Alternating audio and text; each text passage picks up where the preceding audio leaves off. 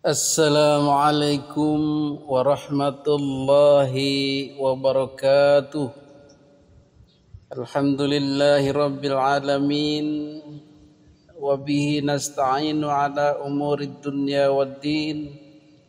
Wassalatu wassalamu ala ashrafil anbiya'i wal mursalin.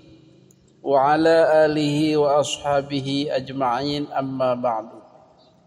Hadirin para netizen yang dimuliakan Allah Subhanahu wa ta'ala. Pada kesempatan video kali ini kita akan merespon, mengulas, mengomentari apa yang disampaikan oleh Rais Am PBNU Kiai Haji Miftahul Akhyar yang kembali memancing kontroversi atau keributan atau kegaduhan atau kejengkelan mungkin ya di kalangan para pengkritik nasab Ba'alwi. Apa masalahnya? Masalahnya adalah karena orang tua kita ini sudah memposisikan diri di satu kubu. Jadi ibarat orang tua sudah pilih kasih membela anak yang satunya, anak yang dia sayang, anak yang dia manja, anak yang bisa membahagiakan dia, memberi dia macam-macam. Pokoknya tersayang deh. Padahal anak ini adalah anak pungut kali ya, atau anak sambung lah begitu. Hadirin yang dimuliakan Allah Subhanahu wa ta'ala, beliau Kiai Haji Miftahul Akhyar ini sepertinya bingung ya. Jadi keputusan beliau bukan yang terbaik, bukan akhyar yang terbaik, tapi ahyar pakai H. Kalau akhyar itu terbaik, baik. Kalau ahyar itu bingung. Jadi beliau itu hair, bingung dalam menentukan mengambil sikap polemik nasab. Kadang-kadang beliau ada di tengah, kadang-kadang beliau ada di luar, aku ndak mau ikut campur. Kadang-kadang ada di pihak Ba'alwi. Dan ini sekarang bukan kadang-kadang lagi, sudah memposisikan diri. Tapi jangan khawatir, insya Allah beliau akan buat statement yang mendukung para pengkritik Ba'alwi, pro Kiai Imad. Tenang aja. Jadi beliau kesana kemari lah begitu. Sekarang posisi beliau sedang ke Ba'alwi, maka pendukung Kiai Imad, pengkritik nasab Ba'alwi kepanasan, kebakaran jenggot, muring-muring, dan tentu saja mengkritik habis Kiai Haji Miftahul Akhyar. Itu biasa anak-anak ya. Kalau orang tua sudah memihak ke salah satu, pasti anak yang lain akan bereaksi, akan protes. Wajar ya. Salah satu kewajaran yang bisa kita terima adalah gaduhnya anak-anak yang dipilih kasihkan ini, yang tidak diperdulikan ini.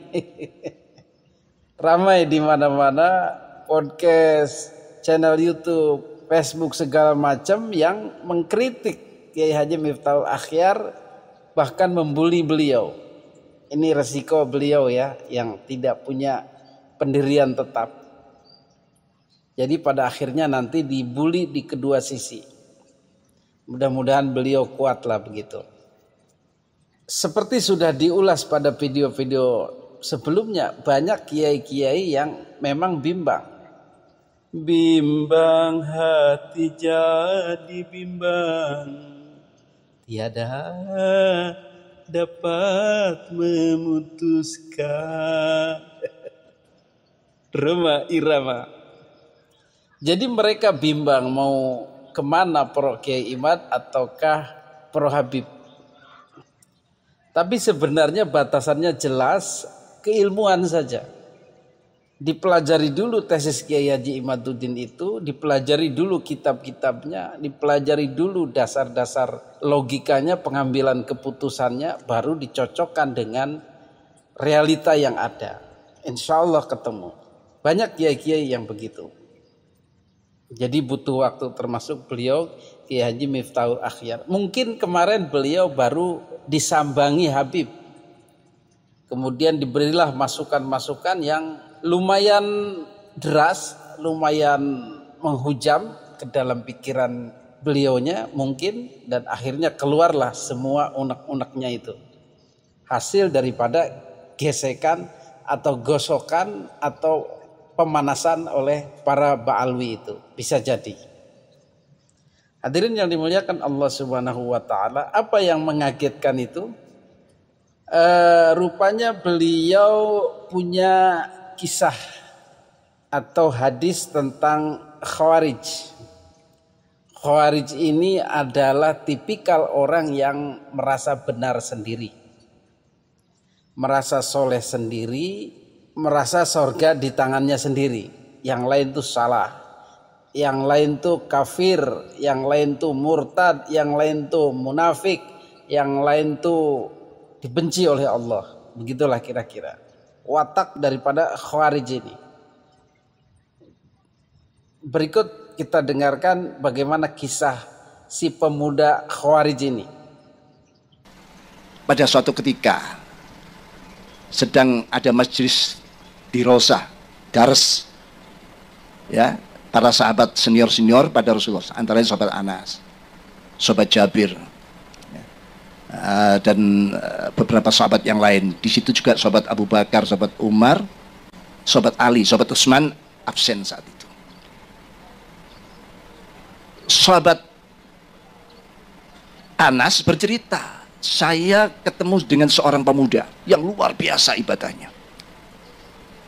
Kalau siang puasa tidak pernah berhenti, kalau malam sholat, ya, semalam suntuk.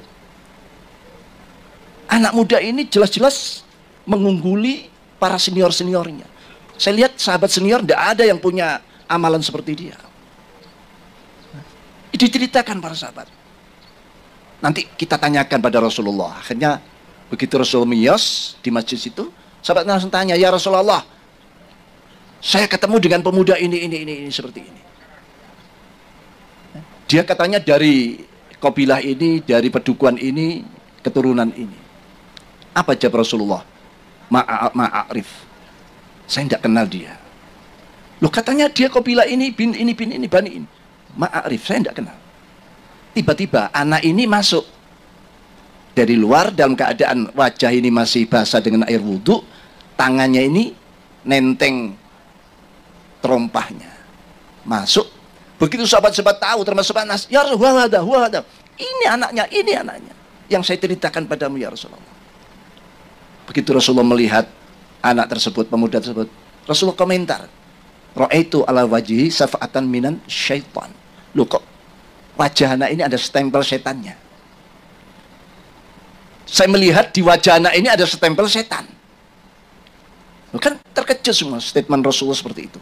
Yang dipuji-puji, sholatnya, puasa luar, tiba-tiba Rasulullah kok komentarnya ada stempel setan. Akhirnya anak ini berjalan mendekat, ya, dipanggil Rasulullah, tidak mengucapkan salam. Ditanya, ayo Hasyab, hal hadasta nafsak, in anta bainal aqwam bainaha ula bi annaka khair minhum. Apakah ada kentek di hatimu kalau kamu ketemu dengan kaum-kaum yang mulia ini, kamu merasa lebih baik daripada mereka, lebih mulia juga? Apa jawabannya? Allahumma na'am ya. Iya ya Rasul, saya ketemu siapa kecil semua. Padahal itu sahabat senior waktu itu. Ada sahabat Bakar, sahabat Umar, sahabat Ali, dianggap kecil di hadapannya. Setelah itu anak ini tanpa bicara, tanpa ngomong a i u, langsung meninggalkan, masuk masjid. Begitu masuk masjid, Rasulullah menyatakan, mayyatul hadasyab, siapa yang berani meringkus anak ini, saya perhalus, yaktul, saya akan meringkus. Karena ini perintah Rasulullah. Abu Bakar, anak aktul, saya akan meringkus anak ini. Dikejar anak ini masuk masjid. Ternyata ini takbir, Allahu Akbar. Berhenti Abu Bakar, huwa yukabbir, huwa yusalli, wa rasul yanhani an qatlil musalli. Dia sholat, takbir. Padahal Rasulullah melarang aku ganggu orang-orang sholat. Saya kembali matur ke Rasulullah. Kembali balik lapor Rasulullah. Ya Rasulullah, huwa yusalli. Asalnya dalam petang, mada ta'mal ya Bapak, apa yang kau kerjakan? Wa yusalli ya Rasulullah, wa anta tanhani an qatil musallin. Paduka kan melarang saya ganggu orang sholat. Akhirnya harus jawab lagi, mayyatul hadar rajul. Sahabat Umar, ana ya anak aktuluh, saya akan meringkus anak ini. Sahabat Umar masuk, anak ini sedang sujud. Berhenti sahabat Umar, wa sajidi minas sajidin, wa musalli, wa yusalli, wa rasul yanhani anhu. Dan Abu Bakar pun kembali, dia huwa khair minni, saya ikutan Abu Bakar. Tidak jadi, ikut Abu Bakar saja. Ditanya, mada ta'mal ya Umar? Wa sajidun ya Rasul, dia sujud ya Rasul sholat. Wa anta tanhani'an qatil sajidin musallin. Wa hak ya Umar, kata Rasulullah.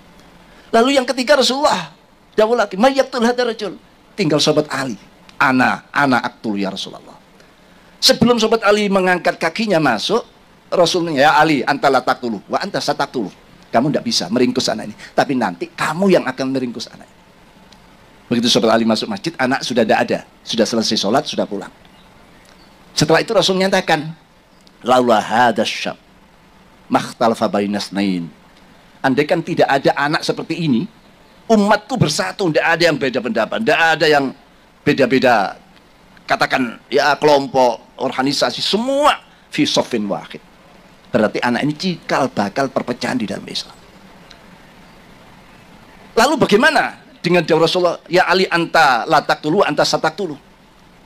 Di saat sahabat Ali menjadi khalifah di Kufah, terjadi peperangan yang dikenal dengan Nahrawain atau Nahrawan. Peperangan Nahrawain.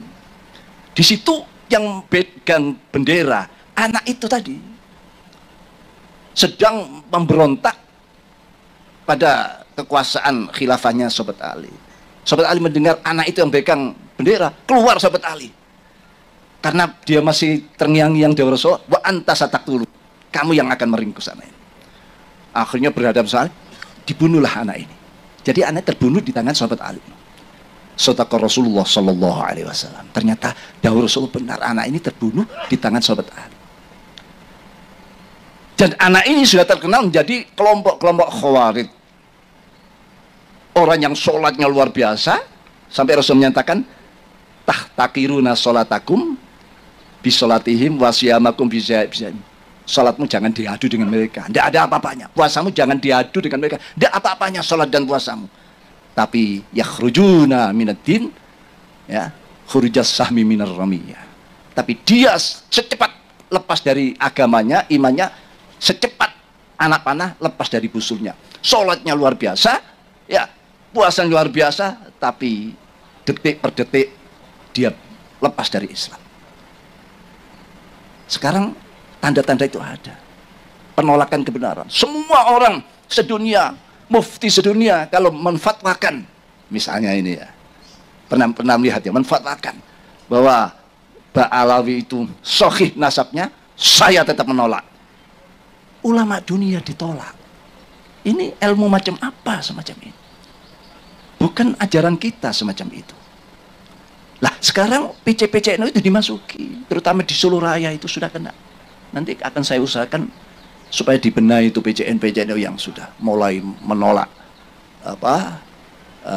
ini wirid yang sering kita baca, Rabitul Haddad dan semua. Dan nanti pada gilirannya ya masyayikh kita. Ya, masyayikh kita. Kanjeng saya Abdul Qadir Jailani sudah mulai digarap. Said Muhammad Ali Al-Maliki juga diragukan nasabnya. Nanti digilir semua. Di belakang itu siapa? Wahabi. Yang memang berani dia menolak seperti itu. Kebenaran ditolak. Dan sebagian daripada Syiah. Ini perlu kami sampaikan di acara yang sangat penting ini. Untuk bagaimana intisab kita pada Mbah Hasyim Asy'ari, Syekhana Khalil, Mbah Syekh Nawawi Bantani, sebagai muassis, sebagai pemberi sinyal-sinyal, ya. Lalu kalau sampai terimbas penyakit itu, tidak sadar kalau kita ini sebetulnya menolak Mbah Hasyim. Hadirin yang dimuliakan Allah Subhanahu wa taala, tentu saja menisbahkan Khawarij ini pada sosok Kiai Haji Imaduddin Utsman Al-Bantani itu terlalu tega. Teganya. Tetapi tidak mengagetkan pula, karena sebelumnya Abuya Muhyiddin malah mengatakan iblis. Kiai Haji Miftahul Akhyar Khawarij, kemudian Wahabi, ada juga PKI, ada juga komunis, ada juga orientalis, ada juga liberalis. Semua menghujam kepada Kiai Haji Imaduddin Utsman Al-Bantan. Tetapi mengapa kita tidak terpengaruh? Mengapa kita santai saja? Dan beliau Kiai Haji Imaduddin Utsman pun santai saja. Karena tuduhan-tuduhan itu memang tidak mendasar, tidak kena. Sebagai contoh misalnya Wahabi, silakan datang ke pondoknya beliau. Itu NU Tulen, bahkan beliau adalah pengurus NU. Bahkan beliau mondok bertahun-tahun di pondok NU. Saya sebagai pendukungnya juga NU, bukan Wahabi Pak Yai. Kalau nggak percaya nih saya sholawatan nih. Ya Rabbi bil Mustafa bali maqasidana waghfir lana ma mabu ya wasi'al karmi. Ada juga marhaban atau asyrokolan. Kalau wilayah Tangerang nadanya begini.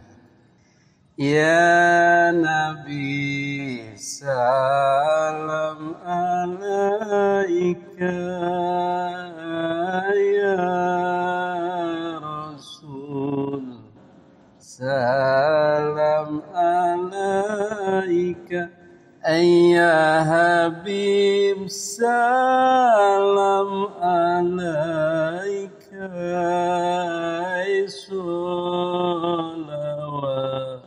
salawatullah alaika,